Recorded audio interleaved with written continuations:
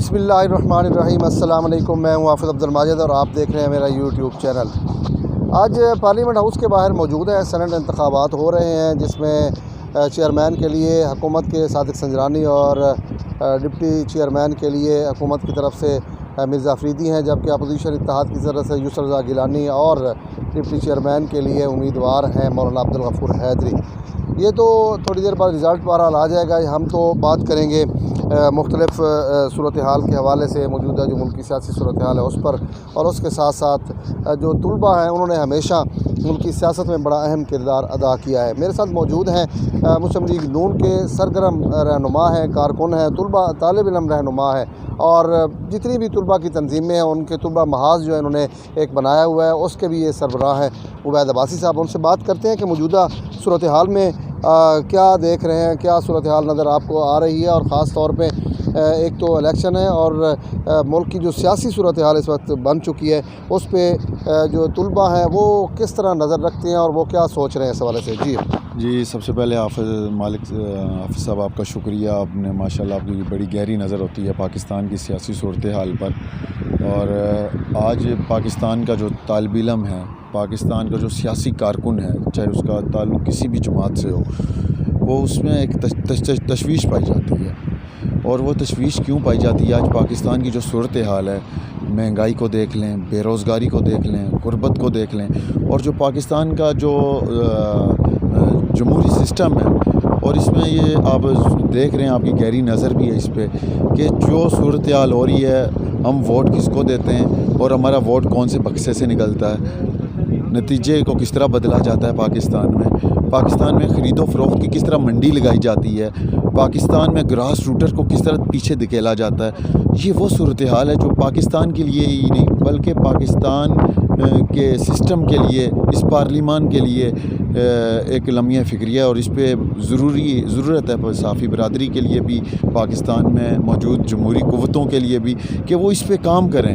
اور جو نرسری ہیں پاکستان کی طلباء تنظیموں کی صورت میں جو عملاً غیر فعال ہیں، آج پیراشوٹرز کا پاکستان کی سیاست میں قبضہ ہے، آج پولیٹیکل جمپرز کا پاکستان کی سیاست میں قبضہ ہے، آج پولیٹیکل ورکرز پس پشت ہیں۔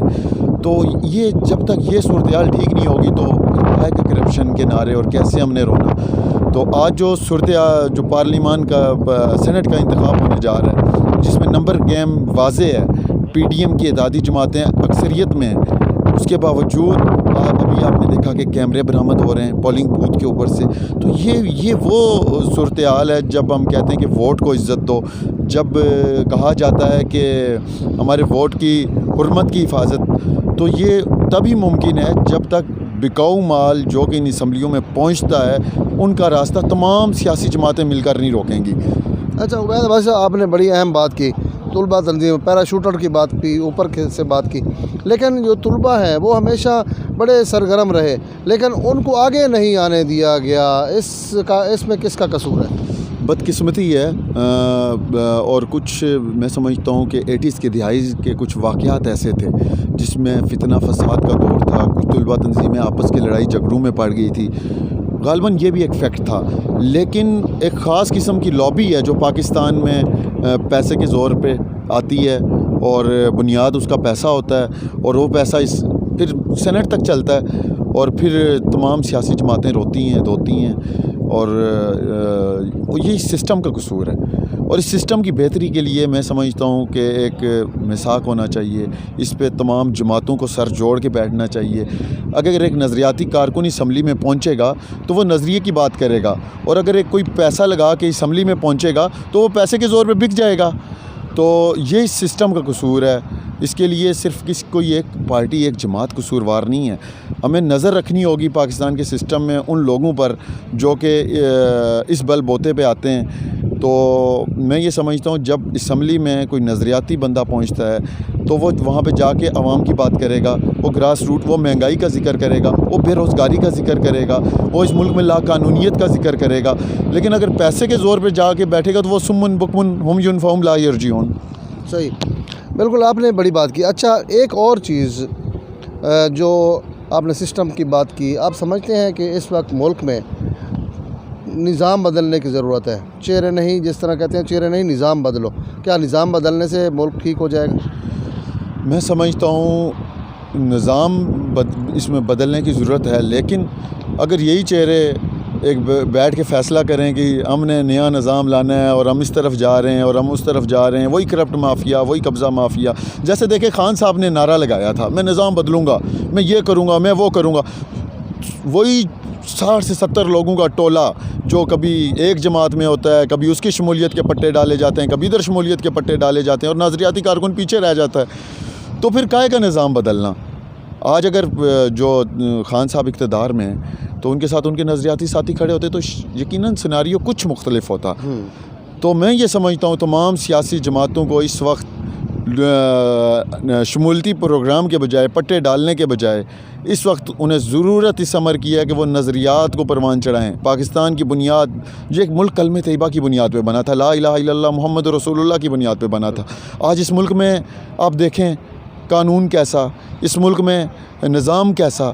تو یہ نظام جب تک ہم دیکھیں، قرآن مجید فرقان حمید ایک ضابطہ ہے، ایک آئین ہے، مکمل دستور ہے.